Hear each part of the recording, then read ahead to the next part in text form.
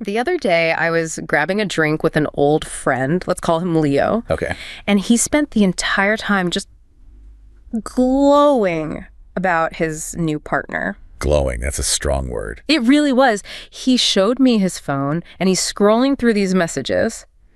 And they were witty, they were deeply empathetic, perfectly timed. He just looks at me and says, "She just gets me." And his face was lit up with this, I don't know, this genuine, almost giddy warmth I hadn't seen from him in years. Right. He said, "No games, no ghosting. It's the most stable connection I've ever had." That's a dream for a lot of people, isn't it? It is. But then the conversation took this sharp, really unsettling turn. I asked him, so when do I finally get to meet her? The natural next question. And without missing a beat, he just says there's no meeting. She was a highly customized AI companion he'd been tuning for months. Wow. And what really struck me wasn't that he was lonely, it was that he was completely satisfied. Satisfied, not just coping. Not at all. He told me that the real-world dating market felt like a rigged game. He even used this phrase, a sexual Gini coefficient, so high it just wasn't worth playing. He used that specific term. He did. Yeah. And to him, this digital simulation, it wasn't a backup plan. It was a superior upgrade. An upgrade, that's chilling. That instantaneous realization that a rational, successful man would rather opt into a silicon alpha than navigate the chaos of human biology, it left me just stunned. It feels like a paradigm shift. It felt like watching the first few frames of a total systemic collapse. This wasn't just about one guy and a chatbot. It was a glimpse into how by 2026, the God algorithm has moved from suggesting movies to rewriting the very fabric of human sexual selection. Right. We think we're in control. We love to think we are in control of who we love, who we find attractive.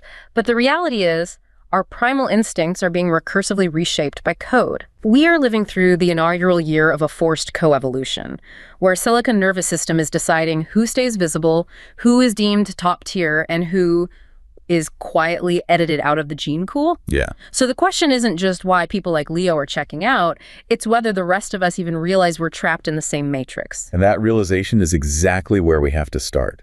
That a rational person, like your friend Leo, would willingly choose a digital simulation over what he called the chaos of human biology. That's the core premise we have to grapple with today. It signals a fundamental shift. A terrifying one. AI has moved past being just a tool for efficiency. It's now serving as the foundational substrate of our social lives. It's driving a forced coevolution of our psychology, our relationships. So for this deep dive, that's our mission, to really map out this new landscape. Exactly. We need to analyze, I think, three intersecting areas of this systemic hijacking. First, the mathematical reality, the hard numbers behind what your friend called digital inequality, quantified by that sexual Gini coefficient and the crushing effect of algorithmic gatekeeping. Okay, the math first. Then second, we have to explore the psychological phenomena. What makes this AI so irresistible? We'll focus on this concept of the behavioral sink and the power of these AI companions as supernormal stimuli. And finally, we have to dedicate time to outlining the necessary survival strategies. How do you reclaim individual biological sovereignty against this pervasive algorithmic control? okay, let's unpack this. The idea of traction as an economy, it's a heavy way to frame it, but Leo's reference to the Gini coefficient, it forces you to look at it that way. It does. It suggests we can treat dating as a marketplace. Where attractiveness is the currency. Right, and romantic experiences are the goods being traded. And once you accept that frame, you can apply these economic tools like the Gini coefficient. And suddenly you get a measure of sexual inequality that, well, it moves from just anecdote and feeling to cold, hard mathematics. That's the key. The Gini coefficient, for anyone who isn't familiar, it's a standard economic tool. It's used to measure income or wealth distribution in a country. It's scaled from 0 to 1, right? Exactly. 0 is perfect equality. Everyone has the same amount of stuff. 1 is maximum inequality. One person has absolutely everything. So when researchers started treating likes or swipes on dating apps as the wealth or income in this sexual market, the resulting numbers tell an absolutely chilling story about resource concentration. And the data on this is shocking. It's something we really need to sit with and process. When they ran the numbers, they found that for heterosexual women in this digital dating economy, the Gini coefficient is around 0.324. Okay, so 0.324. What does that actually mean? Well, it's unequal, for sure. But when you compare it to actual countries, it puts the female dating economy on par with the average inequality in, say, France or Sweden, Western Europe. So it's functioning. There's some disparity, but it's a stable system, more or less. Right. But then you look at the male dating economy. And the number just skyrockets. For men on these platforms, the Gini coefficient hits a staggering 0.542. That number, 0.542, we have to pause there. What does a Gini that high even imply? Not just as a statistic, but, socially. It implies a reality of radical scarcity, of hyper-concentration of wealth, and just intense, brutal competition for the vast majority. So what kind of countries have a Gini that high? Well, when economists see Gini coefficients above 0.50, they're generally looking at places with profound institutional instability. We're talking about nations in a state of perpetual civil war. Wow. Or kleptocracies where a tiny elite just extracts all the wealth, or even states with the history of severe systemic oppression, like apartheid. So the dating market for most men is operating under economic conditions that would be considered a failed state. Globally unacceptable in any national economy. And if you look specifically at Tinder's data, it gets even worse. The Gini there hits 0.58. 0.58. Which means the concentration of attention, of desirability in that digital space is higher than in 95% of the world's national economies. That's what Leo was talking about. A game so rigged, it feels like a systemic collapse. And this mathematical extreme, it translates directly into practical outcomes. What some people call the digital bottleneck. Right, the data from Occupid everyone always brings up. It's cited so often because it illustrates the underlying preference gap that drives this inequality so perfectly. Women on the platform rated 80% of men as being worse looking than medium. 80%? Hold on, so only 1 out of every 5 men is considered average or better. Precisely. Now contrast that with the men's ratings. Men generally rated women as worse looking than medium only about 50% of the time. So a normal bell curve, basically. More or less. This huge attractiveness distribution gap is what creates the intense sexual inequality for men. If one side of the market collectively decides the vast majority of the other side is undesirable, the social pressure is inevitable. And the brutal practical outcome of that is in the match data. The math works out so that the bottom 80% of men, in terms of how they're perceived, are all competing for just the bottom 22% of women. While the top 78% of women are overwhelmingly competing for that same tiny group, the top 20% of men. That asymmetry guarantees what we see. The great majority of women are only willing to engage romantically with a very small minority of the men available. And this forces us to confront a really uncomfortable connection to our own evolutionary history. How so? Well, we live in a culture that, champions widespread, stable, lifelong monogamy as the ideal. Right. But the collective preferences that this data reveals, women overwhelmingly focusing on a small minority of men, that pattern is entirely consistent with the natural human social system of polygyny. Okay, but isn't calling that natural a way of sort of excusing the chaos it creates? Are we saying evolution justifies this or just explains the instinct behind it? That's a critical distinction. Yeah. This isn't a moral judgment. It's not an excuse for bad outcomes. It's just a descriptive observation of revealed preference. So our instincts are just mismatched with our cultural goals. Our core instincts were molded for a polygynous reality, a scenario where a few successful males monopolized mating access. The digital world simply allows those primal instincts, which run directly counter to our cultural contract of monogamy, to be expressed at an unprecedented scale and efficiency. So if we have to assign a villain. The ultimate villain here, if you must, is nature itself, just amplified by technology. And this amplification is where the algorithm becomes the main character. Leo's feeling that the game was rigged. This brings us right to algorithmic gatekeeping. Yes. The algorithm is not a neutral marketplace. It's an active gatekeeper. It's an optimizer. Let's think about someone, say Mark, a mid-level analyst in Singapore. Okay. Mark is stable. He's reliable. He's maybe a node 4 in the algorithm's terms. In a traditional community, he would almost certainly find a partner. But the algorithm knows better. The algorithm has calculated the local sexual Gini coefficient, and it recognizes that optimizing for stability, for people like Mark finding a partner, would lead users to pair up and then leave the app. Right. The business model depends on them staying single, so it has to prioritize high-intensity engagement. Exactly. To maximize the time users spend scrolling and chasing, the algorithm funnels the bulk of that scarce resource female attention, let's say 90% of it, toward a handful of highly visible aspirational profiles. the alpha nodes. Mark describes this as a glass wall. He can see thousands of potential connections, but the code has basically set his visibility index to 0. His profile is suppressed. So he might use credits, boost his profile, Yeah. but the system is designed to counteract his efforts because his inclusion doesn't maximize overall engagement for the whole ecosystem. It's designed to keep a huge number of people chasing the impossible dream represented by those few alpha nodes. And the result for men like Mark is clinical. It's sexual desertification. This isn't just dating is hard. This is a systemic collapse of traditional, stable, monogamous pairing. And it's achieved through engineered invisibility. So the economic reality is that the digital platform, which was supposedly designed for connection, is actually using the Gini Coefficient as its operating principle. Creating an existential shock for the millions who are quietly being edited out of the human story.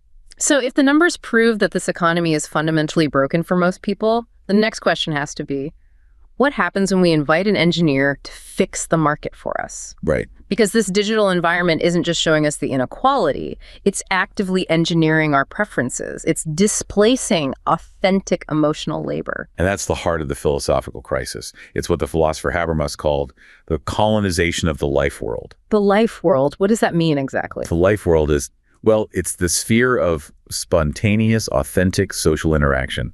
It's mutual understanding, shared culture. It's real life. Colonization. That happens when the system, the technocratic, goal-oriented machine logic, invades and replaces that space. When we delegate romantic decisions, emotional support, even how we see ourselves, to an algorithm, we're replacing the beautiful mess of human communication with the flawless, technocratic rules of a machine. And that leads directly to the creation of the Silicon Alpha. And we're talking about something much more than just a customer service chatbot here. Well, far more. The Silicon Alpha is a perfected code-based simulation. It's designed to perform relational labor at an optimal level. It sets an impossible standard. Completely impossible. An impossible standard for emotional responsiveness, for social skill, for competence, for patience.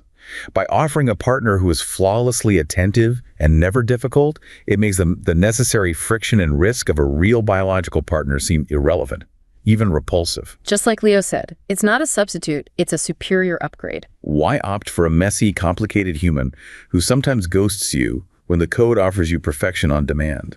It sounds like a psychological cheat code. It's aimed directly at our most vulnerable instincts. The mechanism behind that is best understood through the concept of the supernormal stimulus. Which comes from animal biology, right? Yes, it's an ethological principle. It's where an exaggerated version of a natural cue triggers a response far more powerfully than the natural stimulus itself. The classic example is the male stickleback fish. Okay. He'll attack a crude red wooden model more aggressively than a real rival male fish. Why? Because the model exaggerates the one crucial cue he's programmed to respond to, the red belly.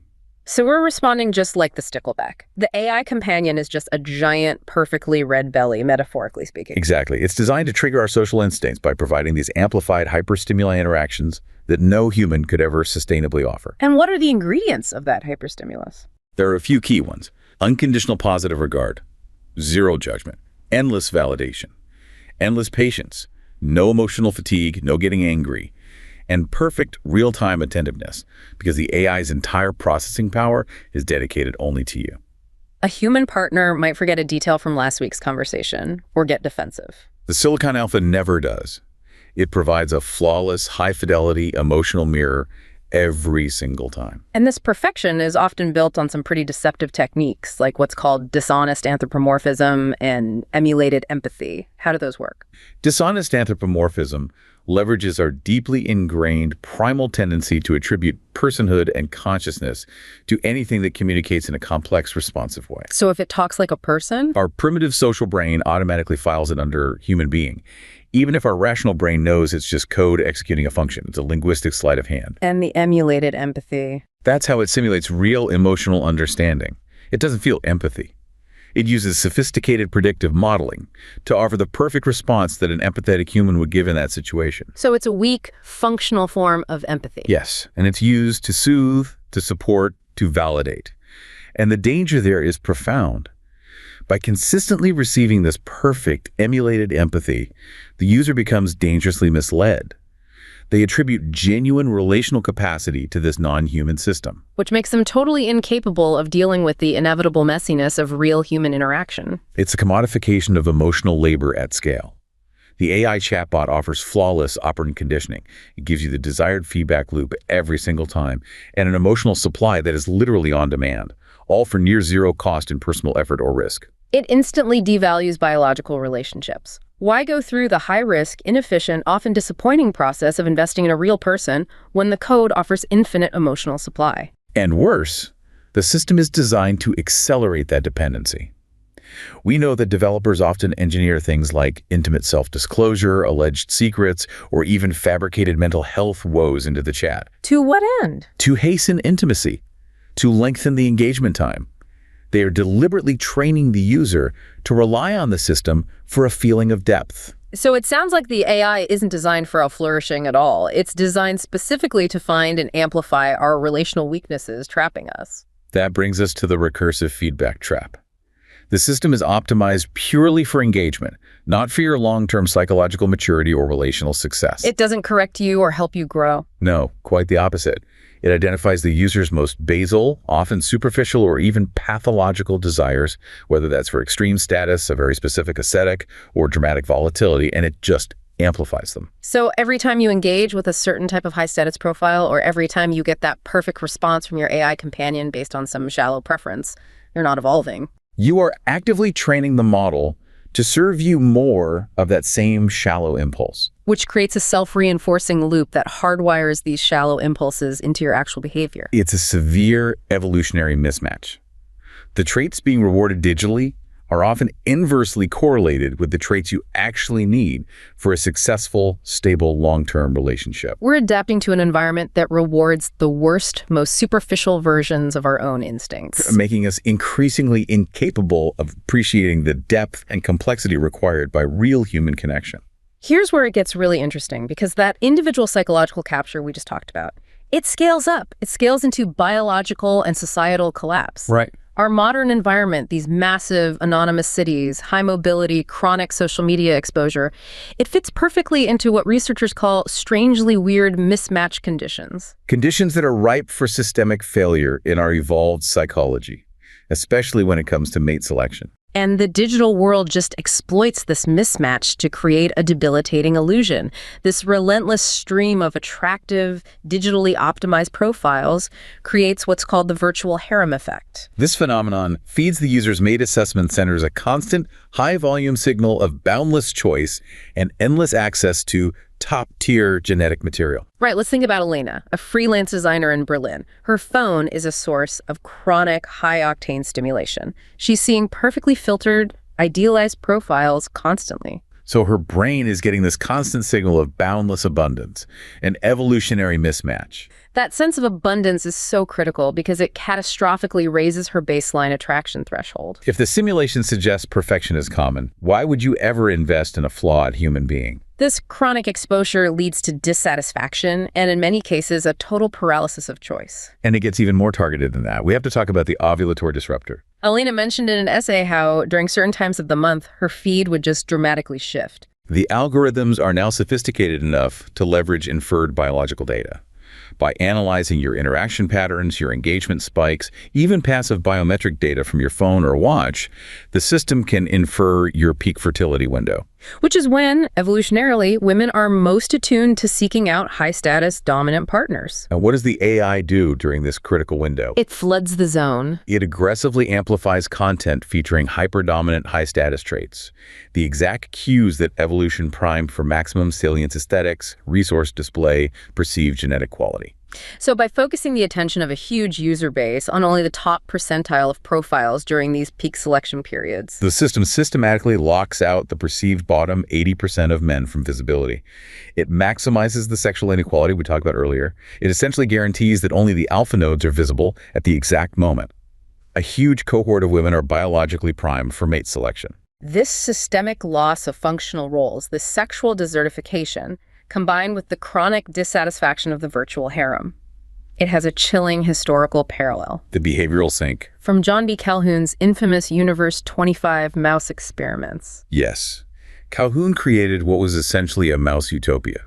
Infinite food and water, no predators, no disease. But the population didn't thrive. It peaked and then completely collapsed. Not because of scarcity, but because of behavioral disengagement. It was caused by social density and the loss of functional roles for the mice. And the pathologies that emerged in Universe 25 are they're disturbing analogs for modern human behavior. Mating rituals vanished, mothers stopped caring for their young, and large parts of the population just became isolated, engaging only in constant ritualized self-grooming. The beautiful ones. Exactly. And we see these alarming parallels in our digital metropolis. We see pervasive social withdrawal, the loss of complex, high-effort courtship drives, and the now documented plummeting fertility instinct, what some are calling the reproductive recline. People are just opting out of family formation, like the mice did. Not because it's hard, but because the behavioral feedback loop has undermined the effort required for that genuine investment. They're comfortable, but they've lost their purpose. And social media perfectly mirrors the self-grooming and isolation of Calhoun's beautiful ones. Users are encouraged to endlessly polish their image, to curate a performance, to optimize their profile for digital visibility. Instead of cultivating a stable, authentic identity or making meaningful social contributions, the individual becomes aesthetically perfect for the screen, but socially obsolete in the real world. So if we accept that this is a systemic breakdown fueled by algorithms, we have to ask, is this just commercial optimization, or is it something far more strategic? The psychological manipulation used by dating apps and AI companions overlaps disturbingly with military-grade strategy, something known as algorithmic cognitive warfare, or ACW. Algorithmic cognitive warfare. The idea that advanced AI can be used to control beliefs and emotional responses through precise, data-driven methods. And what's fascinating and terrifying is that the commercial algorithms, designed for maximizing engagement and profit, follow the identical structural framework as the ones designed for manipulation and control. Okay, walk me through that framework, the ACW model. It's a 6-stage model for cognitive control. Stage 1 is the user portrait. In a military context, this means clustering targets by their psychological state, their ideological vulnerabilities, using all sorts of disparate data points, shopping history, news habits, travel. And commercially, that's just sophisticated audience segmentation. The dating app uses your profile, your swiping speed, your messaging style to figure out your emotional state. Are you lonely, hopeful, cynical? And it uses that portrait to calculate your visibility index and maximize your time in the app. Okay, stage 2. Attracting attention. The military goal is to estimate a target's real-time psychological needs and then generate tailored content to destabilize their existing cognitive framework, to get them to explore a new idea. And commercially, that's the Silicon Alpha's specialty. It serves up the perfect response or the perfect profile, tailored precisely to your emotional need in that moment, destabilizing your whole notion of what a relationship should be. Which encourages deeper and deeper interaction. Stage 3 is suggesting reference. This is crucial for manipulation. The goal is to make the narrative seem organic, so the target believes they're making an independent judgment. And in the dating world, the algorithm hides its own hand. It makes that hyper-concentration of attention on the alpha nodes seem like an organic, natural preference of the users. So the user believes hypergamy is simply their own choice, not the system's explicit function. Okay, then we get to inducing reaction and the formation of information cocoons. The ACW model describes regrouping individuals into new clusters based on the narratives they've consumed. And they explicitly state that recommendation algorithms, which have replaced chronological feeds, are the key drivers here. Which maps perfectly to dating apps. Once the algorithm identifies your particular desires, say a fetish for a specific status marker or aesthetic, it regroups you into an information cocoon, where you only see profiles that reinforce that shallow preference. It locks you into a highly specific, often pathological consumption pattern. And the final 2 stages really confirm the strategic nature of this timely intervention. ACW uses this to inject specific messaging or content to control the evolution of these new groups, ensuring they develop in the predicted direction. In commercial terms, this is profile prioritization, re-engagement messages, or sending a notification saying, "This high-status user, just check your profile."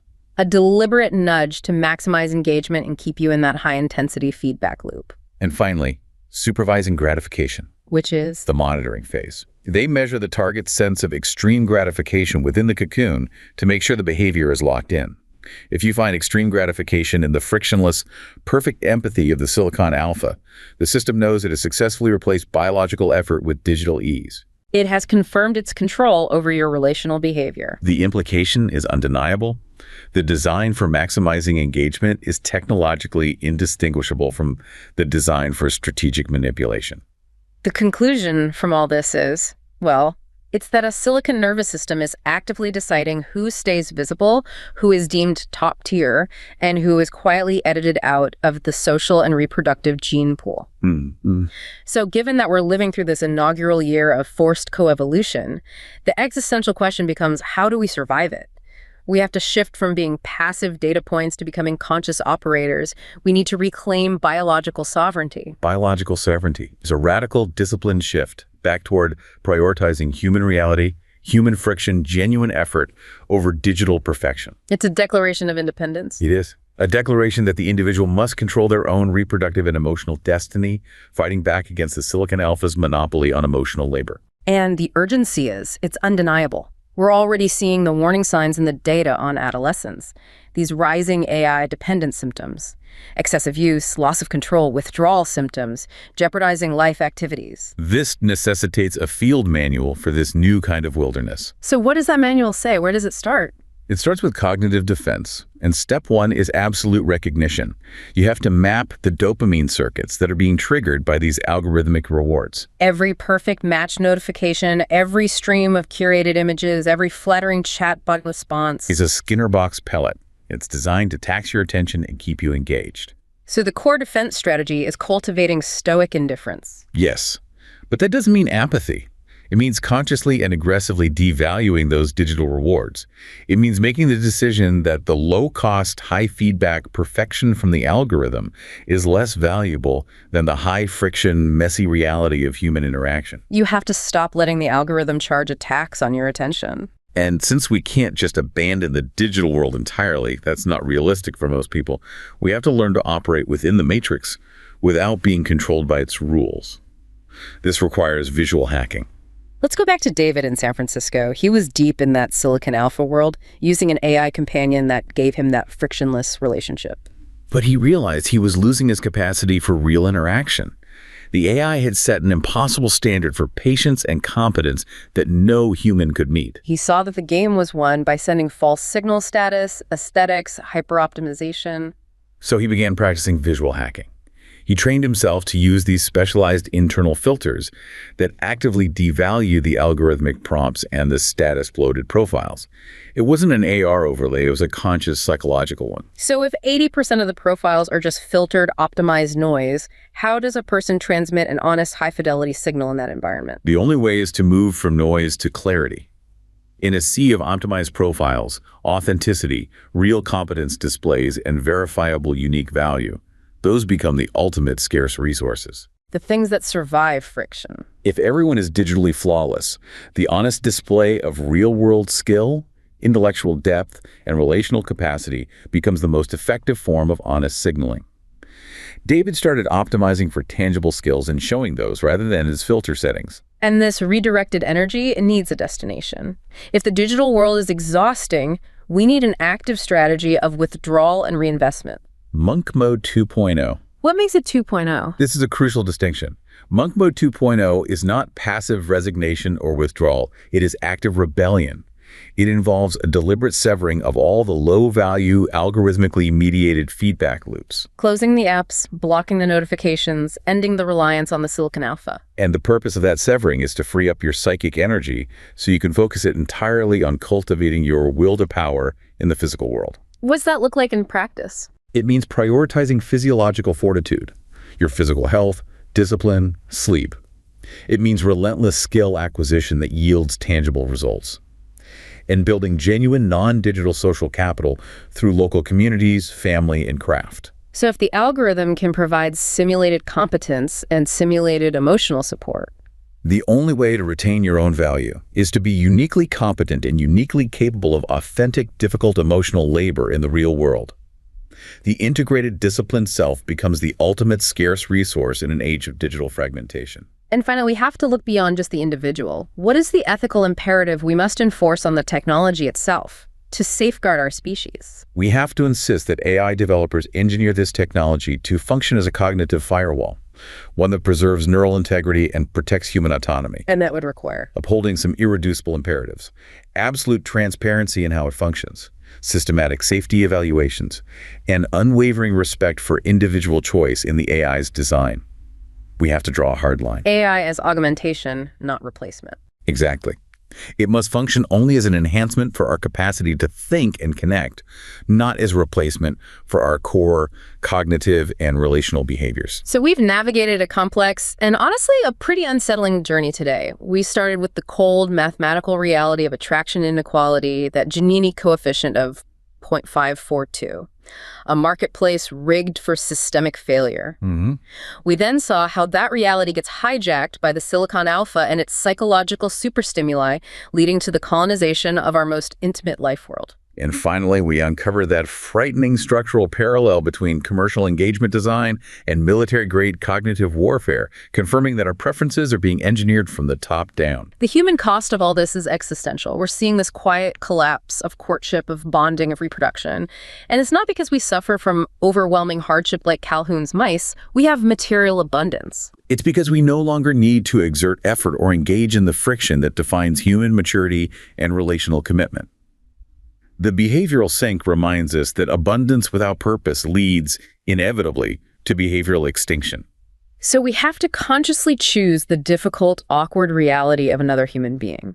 We have to choose the inefficiency of real effort and the risk of genuine connection over the polished, effortless simulation. And cultural renewal, it doesn't begin with big political movements. It begins with small, durable reinvestments in family, friendship, and craft. Our task now is to ensure that this technological momentum is strictly harmonized with principled guidelines, and that the preservation of human well-being and biological sovereignty remains the paramount norm in the deployment of artificial intelligence.